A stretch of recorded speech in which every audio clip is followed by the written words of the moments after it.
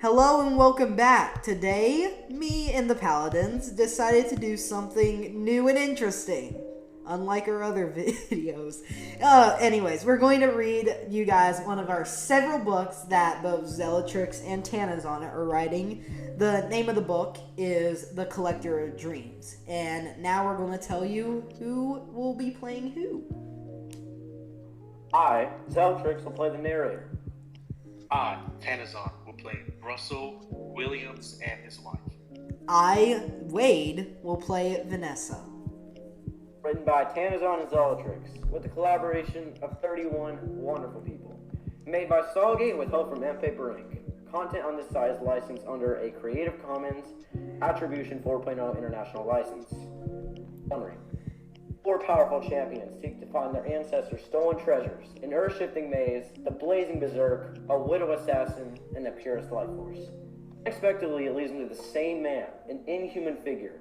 After endless battles, they gather a team of warriors to help them defeat the Collector of Dreams, seeking truths unknown to the outside world. Sirius, the planet of magic. Sirius is the planet this is all based on. It is far from the reach of humanity and beyond their comprehension of modern life. A civilian on Sirius possesses special abilities that everyone has, powerful weapons that can only be dreamt of, and many other wonders to be revealed. The planet of Sirius is several times the size of Jupiter, and the atmosphere is very much like Earth. Nobody on Sirius knows about extraterrestrial life, and nobody seems to wonder about it. The world is divided into 11 massive clans that cover the world entirely. There are smaller clans dotted around the globe, but some not even having names. 8 large clans are Sheen, the Peacekeepers, Imperius, the bloodthirsty warriors, Dobria, the richest and largest of the 8, Horus, the climate-nullified and tough Arctic clan, Aquarion, the clan bound to the sea worshipping all of its life, the Oximus, Bruce Smiths of the land, Escorial, the vast diversity covers their land, beholding peace and freedom, where all the smallest of the countries group up to defend their land. Lastly, the 8th clan. Its name is only spoken by the godly centaurs that reign supremely unchallenged over its land. It is by far the most powerful clan in all of Sirius. Profile 1. The last Naga woman. Alone, lost in the desert. In this world, life force flows much like wind.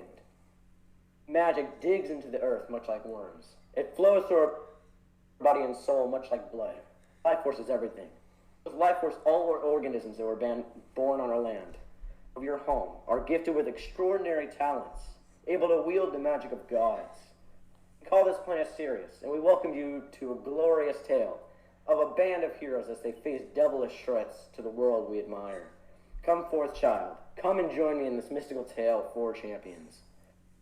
The first champion goes by the name Vanessa, a green earth-shifting mage from the Bluetail Rose's Grand Empire. This is where our story will begin. Vanessa the Naga woman was ravaging through an old house at the edge of Sulphur City, smashing apart any furniture that stood in her way of her search to find the Bluetail Rose's sacred treasure. Passing by was a wandering man, dressed like a traveler. He must be new to the city. She hissed at the sight of such a pathetic creature. She lurked in the shadows awaiting his death. She creeped closer to the traveler. The reason for this sudden aggressiveness is that Naga women are known to have a forceful hatred towards humans. Vanessa slithered fast. Her rapid speed directed the eyes of the old man towards the sand. Vanessa sprang out of the sand and shouted, Who goes there? Adrenaline forced its way through her snake-like body. She pointed her venomous staff at the man. Her staff was coated with a dangerous toxin. He trembled, falling into the sand. His hands and feet sunk deep into the sea of sand. Sorry for spooking you, darling, but I was just gonna ask if you knew where the closest village was, because our map only comes from Sulphur City and not to any other village, so we got lost. I thought there was no one alive in these parts, so when I saw you, I started running. I'm not your darling, you hear me? Save that for someone else. She thrust her staff closer to his brain. Vanessa thought the accent sounded fake. She was living in these parts of the desert and knew the locals had no accent. She quickly focused on her target, staring at him up and down to see if he did anything risky. An old lady came into view from the distance. Darling, is everything okay up there? Vanessa viewed the scorching sun and blazed her eyes as she tried to pinpoint the next target's directions. Yeah, honey buns. I'm just talking to this fellow lady. Lady? Mysterious woman grew concerned. She stepped up. Step any closer and I'll kill him. The next expression on the old lady's face changed. Oh, Russell, what have you gotten yourself into this time? Her weeds creaking in the dry air. Vanessa held her staff to their heads. The old couple started to shake, their fear growing by the second. Let me see your valuables. Her shocking, serious tone was understood. The old man fell to his knees. Please don't do this. The old lady started to cry. The tears didn't faze the rogue. Nessa looked toward the lady. I need your map. She said, Yes. We have a map of Sulphur City in our bag. the old lady scrambled over to the torn backpack. Now, why did you guys come to the deserts? Y'all should have known the mysterious murders, missing people, and robbery reports. Around here, next time stay in the city where elderly ferrets are most safe. Nessa shouted as she mocked them. The old lady began to throw random pieces of paper until she reached the bottom of the book bag. Nessa looked at one of the pieces of papers. The file had a picture of her and a bounty of 200,000 coins. She seized the map of Sulphur City. Her hand hesitated to reach for it. Seconds passed of silence. Nessa grew impatient and soldiers closer. As soon as Vanessa approaches her, her slight shadow alarms the old lady and she reaches for the map, but gains the confidence and reaches for a gun. She smiled as she loaded the gun, the clicking sound ringing in the air. The lady's voice changed. You really think you can take advantage of us because we're old? Don't make a fool out of yourself. We're military-grade assassins. The second we started following you, we knew you found us out. And look at us. You led us right into the middle of the desert. This is the most dangerous part of the desert, like you said. And you think we didn't come unarmed? You made a big mistake bringing us here. Now, we don't even have to hide your body. Vanessa realized the situation has now changed. The lady blurted out in laughter. This is so funny. Nessa smiled. She had a secret. These old wanderers were no match for her. Everything living and non-living that was created on Sirius absorbs a minimal percentage of life force. Life force excuses in the center of atoms. Life force can be used for several results. Life force is much like energy. It is present everywhere, but nowhere. Energy can be brought out from your inner soul. Life force can be transferred into the most common use, spells. It can never be destroyed. Spells are a command given to the user's life force type. In the blink of an eye, Vanessa vanished into the sand. Her presence undercovered. The old man plunged his hand into the ground. The land began to shake the earth. It screamed out like a titanic roar. The sand heated up into a blazing golden glow. The old man's hand began to bleed out from the inferno like sand, blood present to the eye. In the hidden caves and campers, I call you the god of craft. Give me your almighty power to slay this pest. I call the 5 elements: iron, gold, aluminum, copper. Lend me your power. Russell requested. Liquid metal rose from the sand and the supreme sight overjoyed the man.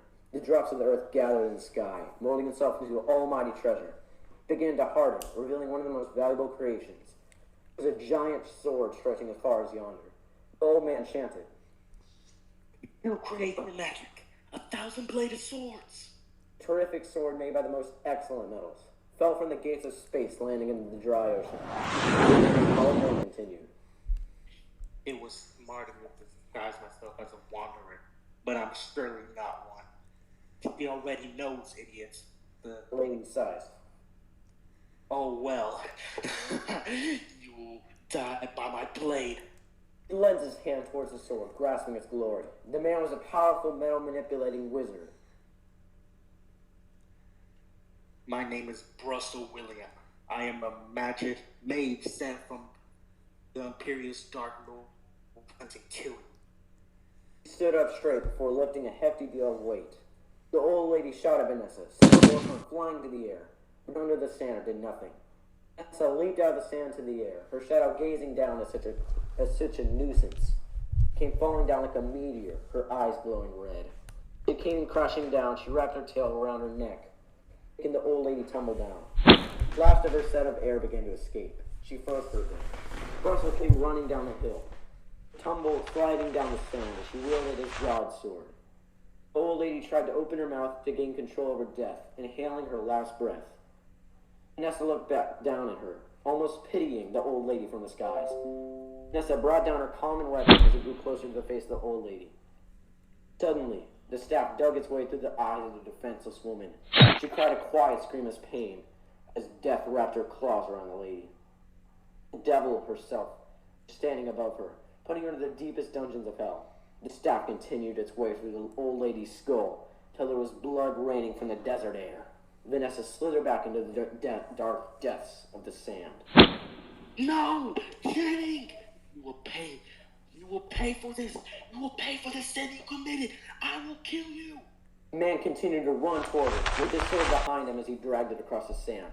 With one slash, Vanessa faced the sun one more time. 10 years ago, Vanessa laid on the ground as blood rained from the clouds. She couldn't do anything. They were too powerful. The bodies of her fallen sister laid upon her. The sun scorched her body at the beginning of the battle. No one knew death was miles away, but now she was ready to win. Vanessa was hit. It hurts. It hurts so bad. Vanessa screamed out as she touched her chest, feeling her bones weaken. No, I can't die. I can't die. I need to save them.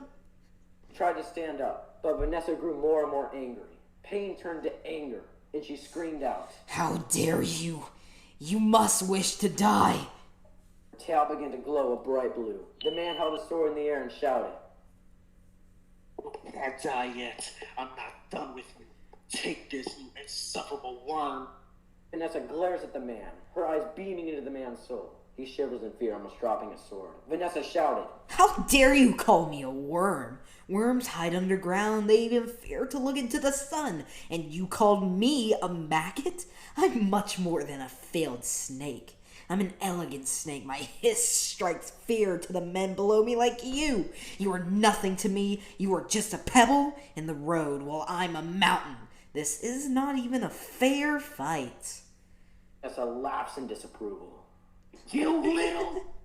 The man swung his sword at Vanessa, struck it nearly the back of her hand. The man fell to his knees, begging for mercy. Please don't kill me. I have money. You want it? Take it. Take it all.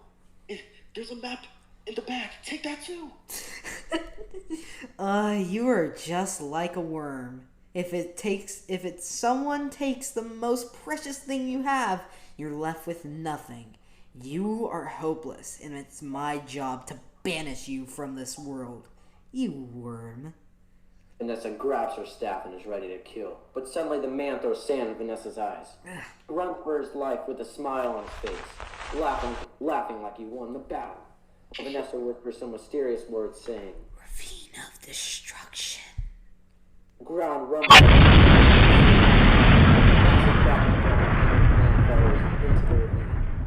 Vanessa then laughs, saying, It's been 7 years since I used my magic. It's still just as powerful. Vanessa starts toward the body of the old lady, picking it up and throwing it into the ravine. Vanessa says a prayer before closing the ravine to honor the killed. She walks toward their bags, looking for the map. There it is, Sulphur City. I hope she's there. Well, we hope you enjoyed the first chapter of our book, The Collector Dreams. Put your feelings about it in the comments. Next time we'll read the second chapter, Sulphur City, the City of Dreams. While you're down there, make sure to Solegate, subscribe to Tanazon on the Paladins.